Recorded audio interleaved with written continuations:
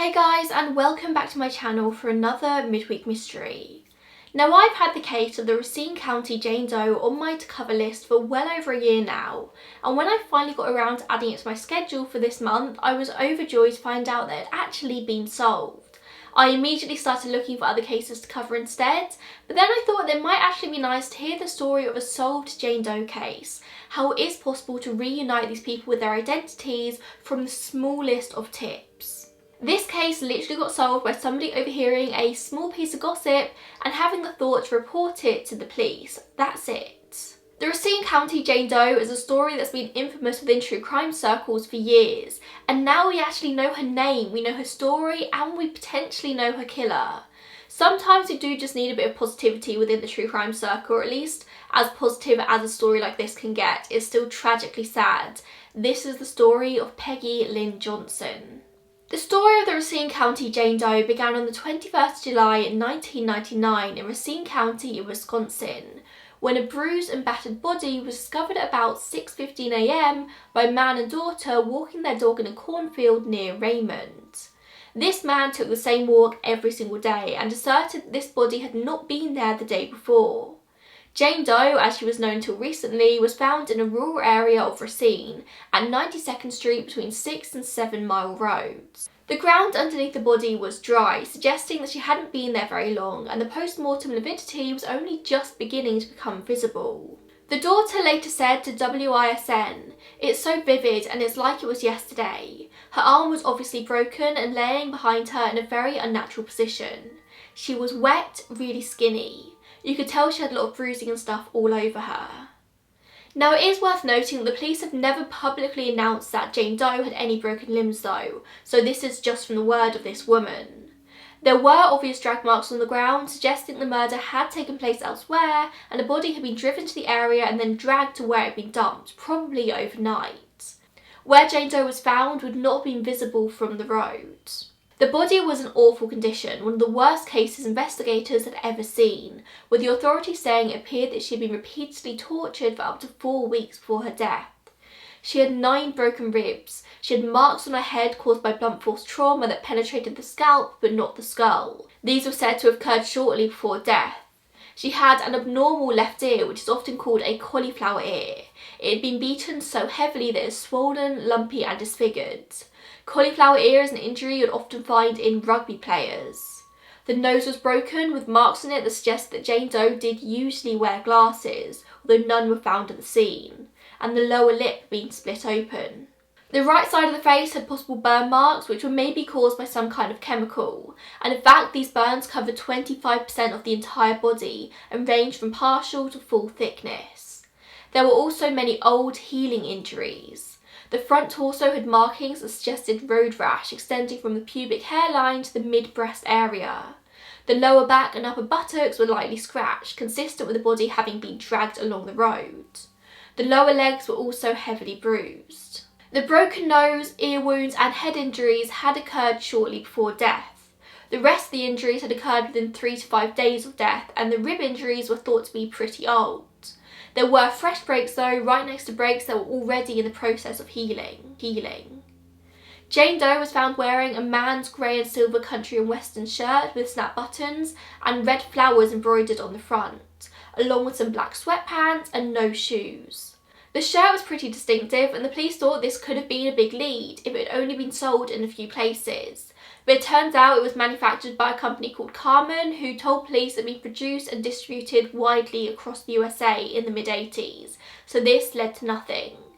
She wasn't wearing any jewellery, although it was noted that her earlobes had been double pierced. Jane Doe was thought to be 18 to 30 years old, a white female, 5'8" and 120 pounds.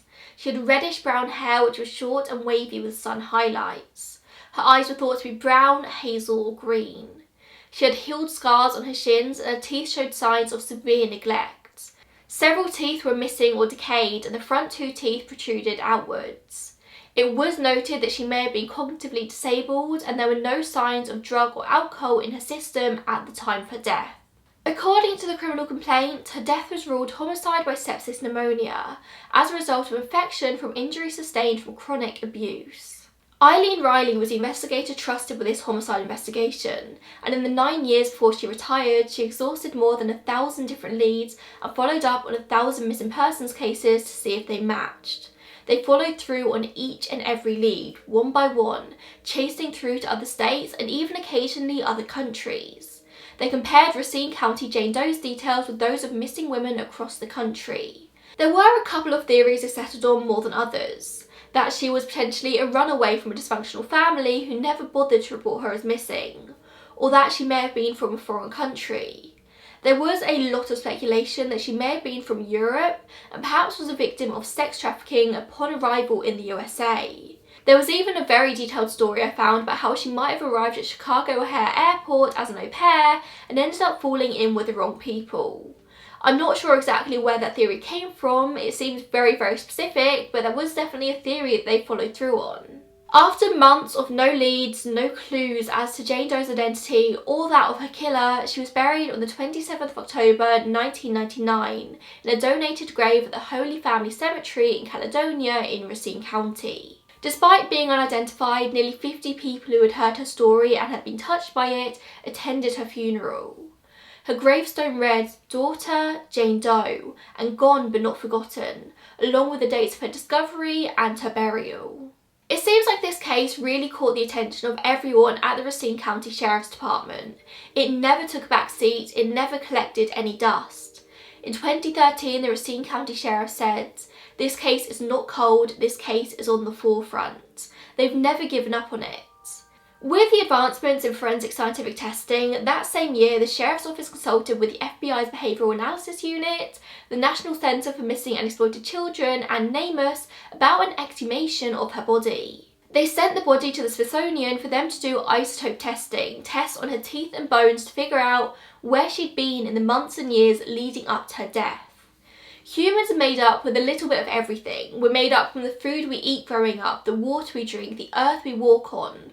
All of these compounds become a part of who we are at our very core. These compounds vary hugely from region to region. If you were to do isotope testing on my bones, you could probably tell that I've lived in the southeast of England for my entire life. You could probably tell that I've lived just outside of London. Isotope testing has proved invaluable to learning more about Jane and John Doe's in recent years. It's really helpful to know exactly where someone grew up, where they've lived recently, if they've travelled around a lot. So isotope testing is what they did in our Jane Doe here. From what I could tell, the isotope testing proved to them that she was not a younger girl as they originally thought upon discovery of her body. I think they thought she was more like a teenager, but she was in fact an adult. It also suggested that she may have originally been from or spent a significant portion of her life in Alaska, Montana, or parts of southern Canada. On July 21st, 2015, she was reinterred, 16 years to the day after she'd been discovered. Over the course of 3 different sheriffs, Racine County has never given up the search for Jane Doe's identity, saying it was never a case of if she was identified, it was always a case of when. Current Sheriff Christopher Schmalling announced in 2018 that he was looking into accessing genealogy testing companies to find a genetic link between Jane Doe and potential relatives, which is a technique being used more and more these days. But this wouldn't be how this case was solved, although it was a very big and hopeful announcement at the time. This case would actually be solved through an overheard snippet of conversation, a bit of gossip. On September 23rd, 2019, the Sheriff's Office was tipped off that a woman in Florida was overheard talking to friends about how she had killed somebody in Illinois decades prior. This woman was Linda LaRoche, who now resided in Cape Coral in Florida. They found out that back in 1999 she lived in McHenry, Illinois with her then husband and children. In October 2019, investigators from Racine County interviewed one of Linda's children and found out that back in 1999 they'd been living with a young woman by the name of Peggy Lynn Johnson, our Jane Doe. Peggy's identity was confirmed soon after through the use of familial DNA testing. Authorities contacted her half-sister for DNA to confirm her identity, although she was sworn to secrecy about the testing until after Peggy's identity was publicly released. Peggy Lynn Johnson was born in Illinois on the 4th of March 1976, which is where she was raised. Sadly, Peggy lost her mum in 1994 when she was just 18 and a senior in high school. From what I can gather, Peggy didn't know her birth father well, if at all. She was raised primarily by her mother and stepfather, but when her mother died, she had no family left, apart from a sister that she'd never met. So she goes searching for help at a medical clinic in McHenry, Illinois. Peggy had a cognitive disability, which meant that she needed a bit of help. But as far as I can find online, police have never released specific details of her disability, just describing it as a general cognitive or learning disability. At this clinic, she meets a registered nurse called Linda LaRoche, who agrees to take in homeless Peggy. In exchange, Peggy would act as housekeeper and nanny for the family. The now adult children recalled how abusive Linda was to Peggy, physically and mentally. Peggy would often be forced to sleep in a crawl space under the house. She would be screamed at like an animal and be beaten. One time she was even stabbed in the head with a pitchfork, and she often had marks and bruises from beatings. Linda's former husband also confirmed this abuse. Now I must say that whilst I can forgive the children for not doing anything about this abuse they were witnessing, the fact that the husband was aware of it and just let it happen kind of makes him just as culpable as Linda in my eyes. But he simply described Linda as a force to be reckoned with. He said that one day he returned home from work to find Peggy lying on the ground lifeless, to which Linda told him that Peggy had overdosed. Linda told him to leave the house so him and the kids wouldn't be involved while she took care of Peggy. And we all know what happened next. She drove from McHenry, Illinois to Racine, Wisconsin, about an hour and 13-minute drive according to Google Maps now. And she just disposed of her body at the edge of a cornfield like she was nothing but a piece of litter. It was November 5th, 2019 by the time investigators questioned Linda herself. She admitted to taking Peggy in back in 1994 and said that she arranged for her to finish high school. She also admitted to the abuse, saying that Peggy was a difficult kid. Apparently she would steal, she'd have men come see her at the house, and she would regularly go into the crawl space of the house to steal medications. Because Linda worked in a jail program as a nurse, and she would apparently bring home drugs and would hide them in the crawl space because the jail had no storage facilities. Peggy would then apparently climb into the crawl spaces and steal Linda's drugs. Not that I believe any of these claims about Peggy being a difficult kid, but even if she was, just a simple grounding might have been a better punishment, not beating her black and blue and hitting her round the head with a pitchfork. Maybe. Linda claimed to investigators on the night that Peggy went missing, she had come home and found her standing at the kitchen counter with pills in her hands, dumping them down the drain. Moments later, Peggy fainted. Linda, even though she'd been a registered nurse for 13 years, claimed she didn't know what to do. She didn't even call an ambulance. But also remember that Peggy's toxicology report showed that she didn't have any drugs or alcohol in her system when she died. She was completely clean. It was at that point apparently that her husband returned home with the kids, and she told him to take them out again for ice cream because the event would be traumatising for them. But then apparently Peggy's eyes fluttered open. She was alive. Linda claims at that point she decided that she couldn't handle Peggy anymore, as they took her to a phone booth at a nearby gas station in Belvedere, Illinois. She told Peggy to call her grandmother, which she apparently did, and then Peggy met her grandmother at a nearby restaurant. Linda handed Peggy over and never saw her again. So of course, police interviewed Peggy's grandmother, who they had contacted by this point, but she said that she'd never met Linda LaRoche. So Linda changed her story and admitted that she wasn't sure who the person was that she'd left Peggy with that night, but she definitely left her with somebody.